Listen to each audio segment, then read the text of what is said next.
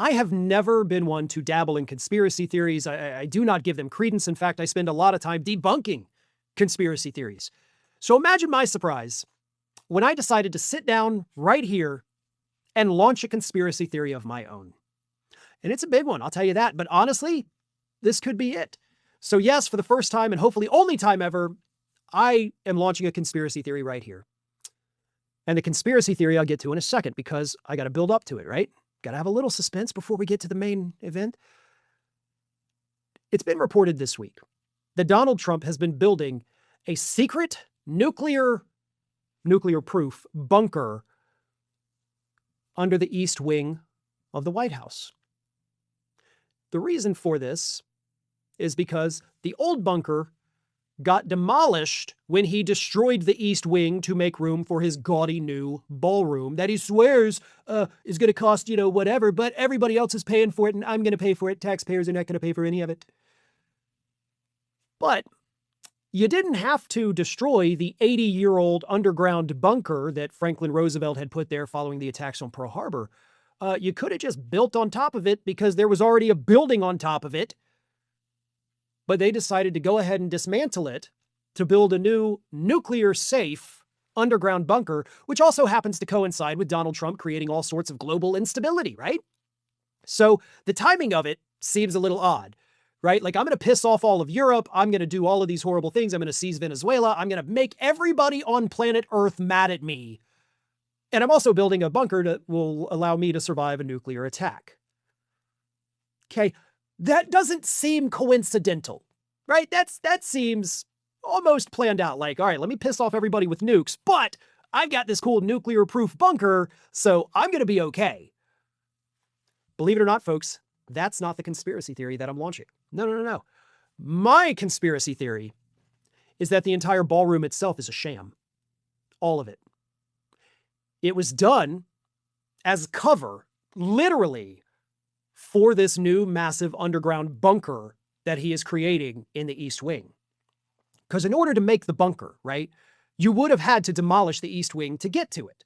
You can't just go in from the sides. You've got to be able to remove what's there, which means removing what's on top, to build the new one. But nuclear bunkers, especially ones under the White House, just like when Franklin Roosevelt created this, are top secret because our adversaries cannot know about them. So you need cover.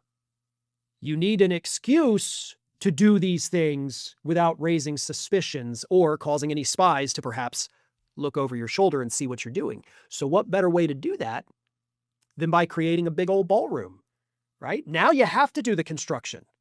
Oh, now we got to take all this stuff out and build a new one here because, we got to put the ballroom in here, which was absolutely not a necessity. Yes, it's been his obsession, but I think an obsession that was covering up the true motive of creating this new spacious underground nuclear-proof bunker for Donald Trump because he wants a place to hide when he refuses to leave office at the end of his term. Maybe a little far-fetched. Maybe some people listening to this are like, all right, I'm done with you forever. Please don't be, because I'm only partially serious about this. I do think the ballroom itself is cover for this bunker. And the reason I do believe that is because there's a little evidence to back it up.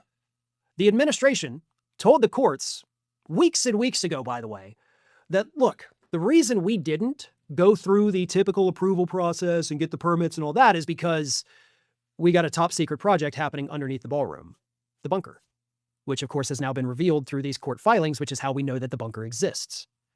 The bunker, of course, will be paid using tax dollars. Trump didn't want people to know about that. So instead, we put this ballroom up, tell everybody it's going to cost $400 million, which is way more expensive than a big empty building would cost. No matter how much gold he puts in it, that's a big price tag for what it is.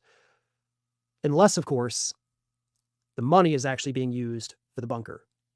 So, interested to know what everybody thinks. Am I way off base, or do I possibly have a new career in launching plausible conspiracy theories? So after the government finally released the horrific jobs reports for November and October, that same afternoon, University of Michigan economist Justin Wolfers appeared on MS Now to tell us that this is about as bad as it gets. We have all the warning signs, and, as he put it, A recession is imminent. Here is what Mr. Wolfers had to say. Unemployment is up. It's up to 4.6%. A year ago, it was down at 4%. That tells you hundreds of thousands of Americans are struggling to find work right now. Wage growth is weak. That tells you that the labor market is weak. People aren't finding it easy to go out and find themselves a better job when things aren't looking good. Now, that much is obvious to pretty much everybody.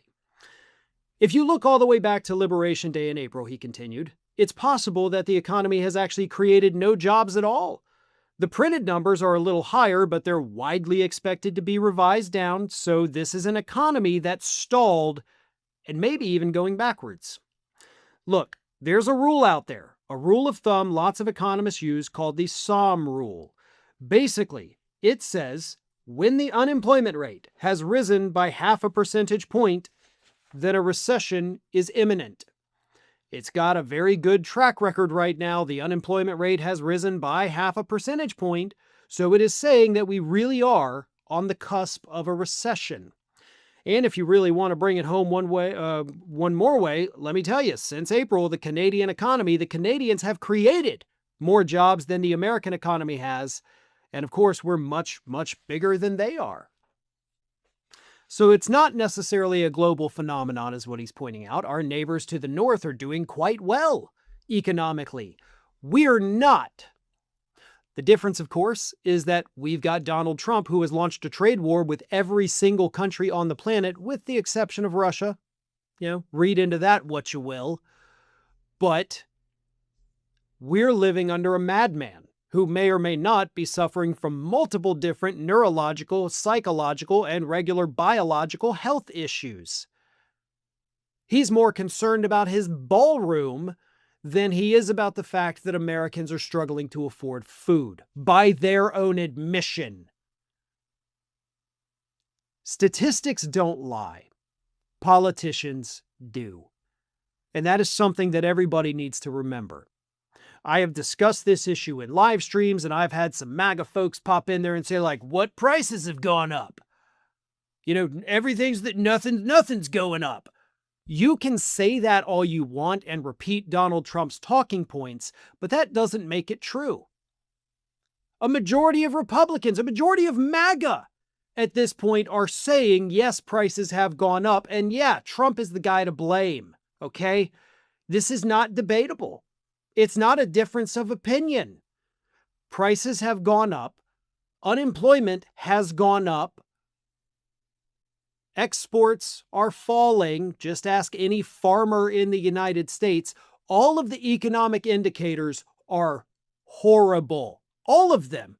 There is not one that is doing well, unless you count the stock market as an economic indicator, which we should not, because that has no bearing on how the average American is doing. Everything is bad. The numbers are bad. We are heading into a recession, and Donald Trump refuses to even admit that the economy is not doing well. Thanks for watching, and if you are not already subscribed to the channel, please do so, and do not forget to like and comment and share widely among your friends.